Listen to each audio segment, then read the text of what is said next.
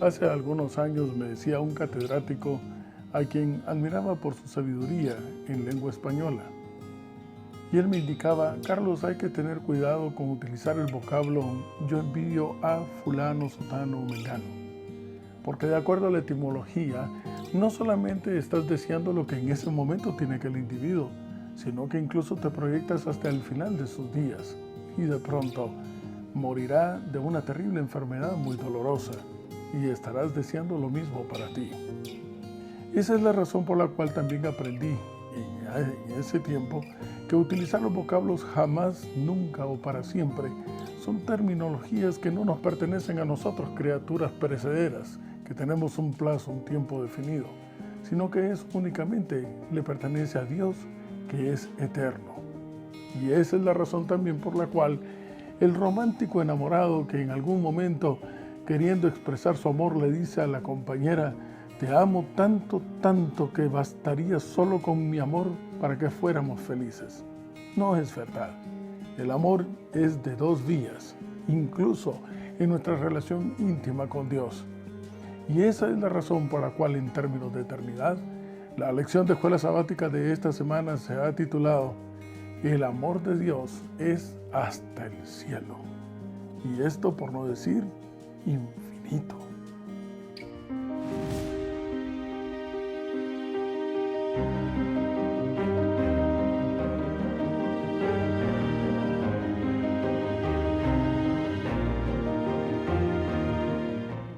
Me encuentro buscando en el Antiguo Testamento, en el libro de Primera de Crónicas, en el capítulo 17 y el verso 27. Y ya lo tengo. Y dice la palabra de Dios: y ahora has querido bendecir la casa de tu siervo para que permanezca perpetuamente delante de ti. Atención, porque tú, Jehová, la has bendecido, será bendita para siempre. Generalmente este texto lo utilizo con muchísima frecuencia para dar punto final y cierre absoluto a aquellos que ponen en duda la santificación de un día especial de reposo para establecer una relación íntima y más profunda con el Señor, el séptimo día. Porque Él lo bendijo para siempre y lo santificó. Y si viene del Eterno, todo eso es para siempre. Y como diremos, que es algo que encaja perfectamente en esta oportunidad con la lección. Y cuando acudimos a Él para que nos perdona, y bendito sea el nombre de Dios, lo hace para siempre. Así que cuando te bendice para siempre. Llenará tu corazón y lo quiere llenar para siempre. Transformará tu vida y la hará también para siempre. Él es absoluto, Él es eterno, no conoce el final, pero sí conoce el futuro. Y así que cuando habla, no hay sombra ni variación, no cambia. La etimología gratitud viene de gratia, que significa recibir algo placentero, pero sobre todo algo que es un favor. Desde este punto de vista, entonces, diremos que en la dimensión en que nosotros logramos comprender el gran amor que Dios, el gran favor que Dios hizo para nosotros, que inmerecidamente nos recogió siendo trapo de inmundicia, estiércol sobre la faz de la tierra, para convertirnos de nuevo en imagen y semejanza de Él mismo, y que volviésemos a ser reconocidos como hijos de Dios. Allí sí que cabe entonces, en toda la extensión, en todo el quilate que puede pesar este vocablo, la palabra gratitud. Gracia, algo inmerecido, un enorme favor. Y en esa proporción, decíamos, en que logramos comprender la dimensión de lo que Él ha hecho por nosotros y nos ofrece, en esa misma dimensión estamos nosotros dispuestos a hacer cualquier cosa por Él, como gratitud. Mi padre decía: no hay nada peor que ser un malagradecido.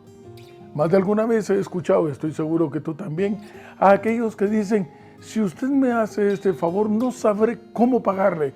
No, solo diga usted qué quiere. Cualquier cosa, yo estoy dispuesto a hacerlo. Apreciado amigo y hermano, y el Señor se conforma con tan poca cosa, tu corazón y el mío. Pero somos tan incapaces de tan siquiera abrir la puerta del corazón y brindárselo, que no nos queda quizás otra circunstancia más que decirle, mira Señor, ya estoy aquí, así como Jacob, pues no te suelto, tómame y acéptame, así como estoy. La palabra de Dios usted lo puede utilizar buscándolo en el capítulo 136 de Salmos. Qué experiencia de profunda de gratitud la que tenía el salmista al escribir este bello canto. Es un poema de honra y gloria a aquel que se reconoce que ha hecho algo que nuestra mente nos llevará toda la eternidad poderlo comprender.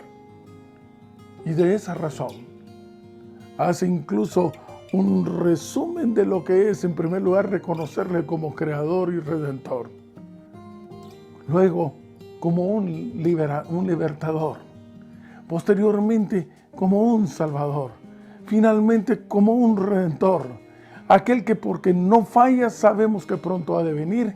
Y en cada uno de los textos, entonces el coro está diciendo, porque para siempre es su amor. Y es natural que sea para siempre, porque es la esencia misma de Dios. Primera de Juan capítulo 4, verso 8 dice, el que no ama no conoce a Dios, entiende. Lo que pasa es que Él es amor. En Salmos, en el capítulo 103 y el verso 10, que te invito a que en este momento me acompañes a buscarlo, estoy en el Antiguo Testamento y vamos a Salmos en el capítulo 103 y el verso 10. ¿Quieres realmente comprender la dimensión de lo que ha hecho el Padre, el Creador, por nosotros? Mira que David llegó a esa conclusión, él lo supo. Dice en el verso 10, no ha hecho con nosotros conforme a nuestras iniquidades, ni nos ha pagado conforme a nuestros pecados. Bendice alma mía a Jehová y bendiga todo mi ser su santo nombre. Bendice alma mía a Jehová, no olvides ninguna de sus beneficios.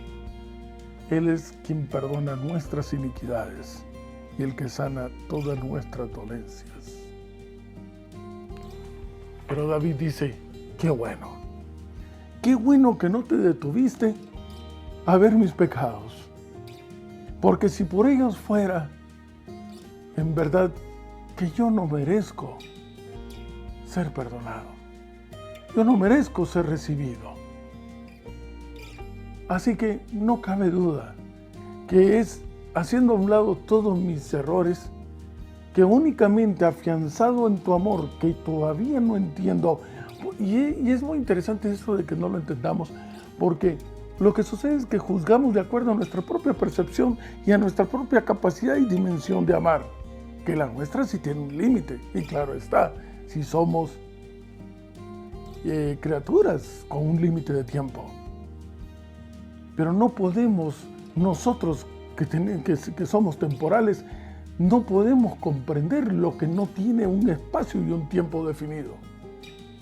No podemos comprender entonces el amor que también en Dios es eterno.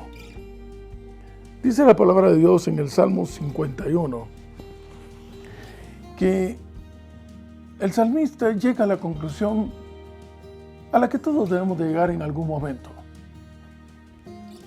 ¿Qué podemos ofrecerle a Él? Y en verdad, incluso cualquiera de nuestras intenciones ya va distorsionada, ya va mal, alejada totalmente de la perfección. Así que llegamos al punto de decirle en el Salmo 51, Señor, transfórmame. Hazme blanco como la nieve. ¿Saben que como una pausa podríamos decir, el salmista sí conocía la nieve? Le era algo familiar. Transfórmame, tócame, hazme como tú. Yo no tengo nada que compartirte.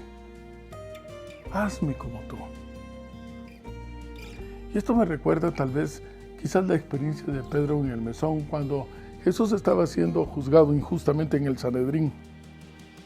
Y llega la del mesón a ofrecerle algo, y al ver a Pedro le dice: vaya que tú eres de los que siguen Nazareno. Y ustedes y yo ya sabemos qué fue lo que sucedió en aquella ocasión. Pues resulta de que Pedro no tuvo que esmerarse en tratar de ser él, tuvo que esmerarse en tratar de no ser como Jesús. La relación tan íntima y especial que había tenido Pedro con el Señor le había ido transformando de día en día, al punto que incluso Pedro absorbió tanto de Jesús. Pedro no tenía nada que bueno que compartirle al Señor. Dejó de vivir él y pasó a vivir Cristo en su lugar. Ahora la pregunta es: ¿y el Señor nos perdonará? ¿El Señor lo hará? ¿Su amor puede llegar al extremo incluso de aceptarme con todos los errores que yo tengo? Y es una estrategia que al enemigo le ha dado muy buen resultado. Tratar de que tú y yo pensemos no en la dimensión en que piensa el divino, sino en la dimensión en que pensamos nosotros. Y seguramente nosotros no estaríamos dispuestos a perdonar los extremos de errores que quizás hemos cometido. De hecho, Él nos acusa constantemente. La palabra de Dios dice en Apocalipsis capítulo 12, verso 10, que Él fue lanzado fuera el enemigo, y Él era identificado. Una de sus características era que era acusador tuyo y acusador mío. La pregunta es de nuevo: ¿te acepta el Señor así como estás? ¿Te has topado con alguien que dice: no, yo estoy consciente de que he hecho cosas tan malas que ni para qué acudo al Salvador? ¿Qué me va a poder perdonar? El problema es, como lo hemos dicho en algunas ocasiones, no es si Dios te perdona. El problema es que a veces somos nosotros mismos los que no nos perdonamos. Y la palabra de Dios es bien clara, y leo el texto en Hebreos capítulo 4 y verso 16. Todos nosotros podemos confiadamente acercarnos al trono de Papá,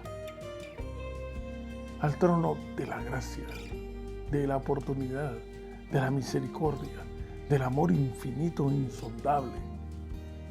Porque el simple hecho de que tú tengas el deseo todavía de poderte acercar y reconozcas cuán pecaminosos sos, porque entre más en la proporción en que reconocemos nuestra impureza, en esa misma proporción entonces llegamos a tener la necesidad de Jesús en nuestra vida. Ni siquiera una micra, ni un gramo de nosotros puede quedar sin ser transformado por el poder divino del Señor y de su amor, porque no hay absolutamente nada bueno en nosotros. Lucas capítulo 22 y verso 44.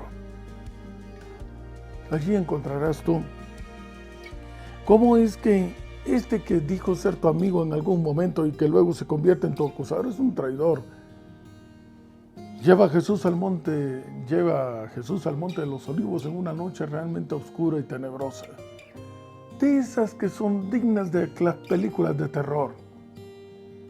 Quiero tratar de imaginar aquella ocasión en la cual los discípulos dejan solo al Salvador. Les vence el sueño, su propia necesidad. Es que no podían compartir y no sabían experimentar la angustia del corazón que tenía Jesús en ese momento por estar pensando en ti y en mí, en nuestra restitución como hijos de Dios, en que volviésemos a ser llamados lo que siempre debimos ser. Esa noche Jesús pensó en ti. Y al pensar en ti,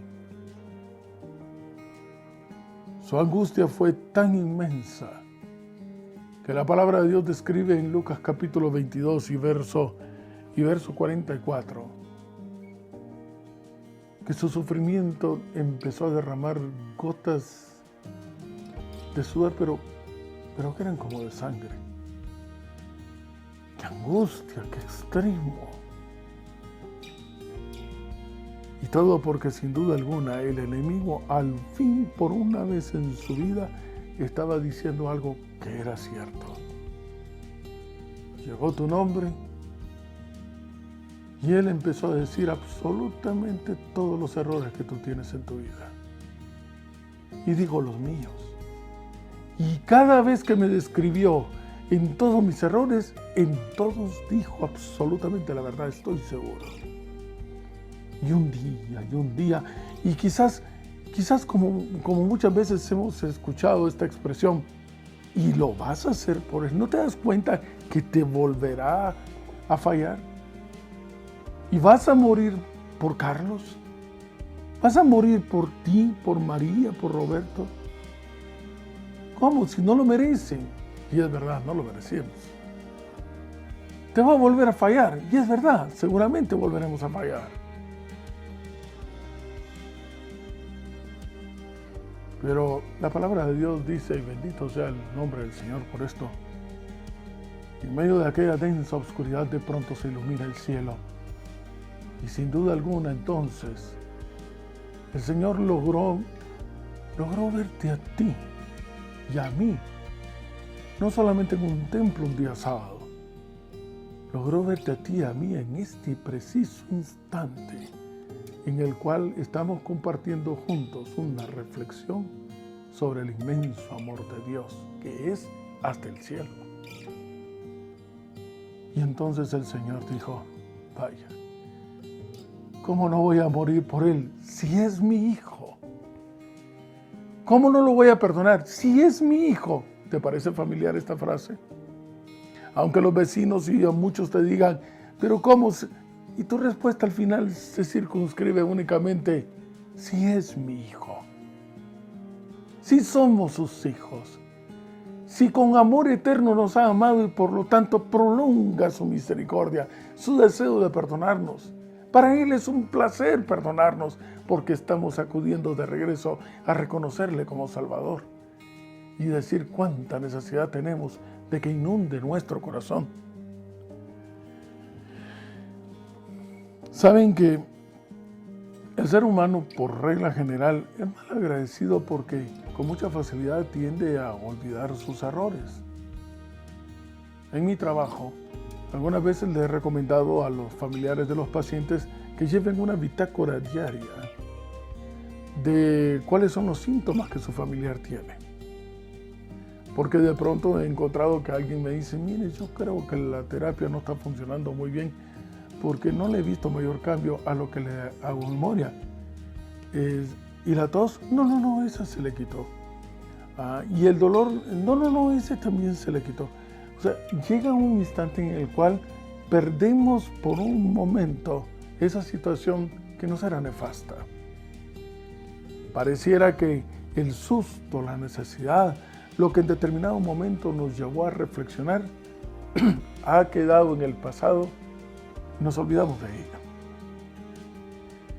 Mi padre también decía, hijo, si quieres tener un futuro brillante, nunca olvides tu pasado y de dónde veniste.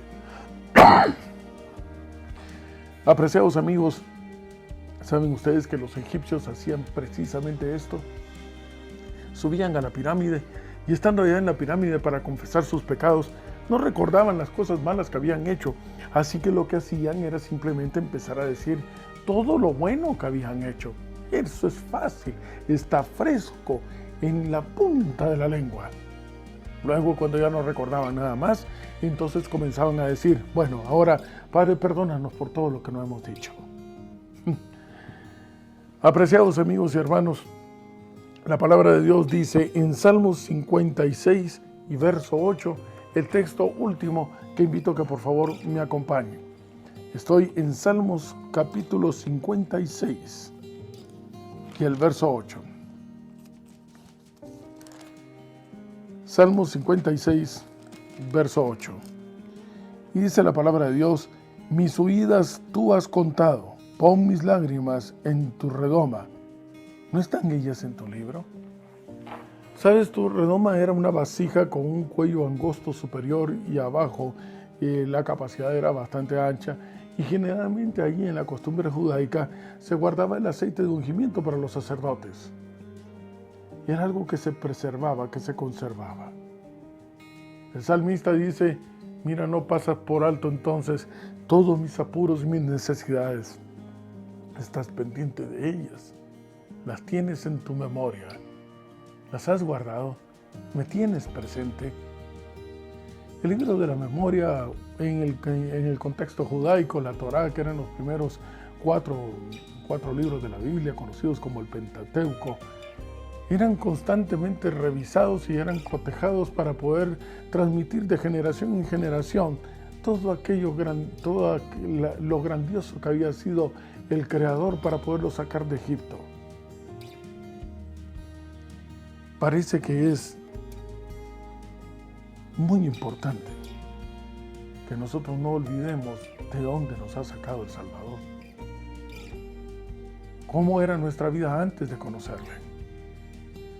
Y créanme, amigos y hermanos, viene el tiempo muy pronto, porque no tardará en venir, en el cual podremos recordar de dónde nos está redimiendo y por eso qué tan grande es nuestra salvación. Quizás llegará un instante en el cual, en la inmensa, no descrita felicidad que tendremos por la eternidad, este mundo pasará simplemente a ser un frasco olvidado en un rincón desconocido. Que el Señor redima nuestra vida por el amor que Él sí puede decir en toda su extensión. Es eterno. Por eso es que vamos de vuelta a casa, en donde el Señor estará listo para abrazarnos con un amor y con una intensidad perpetua.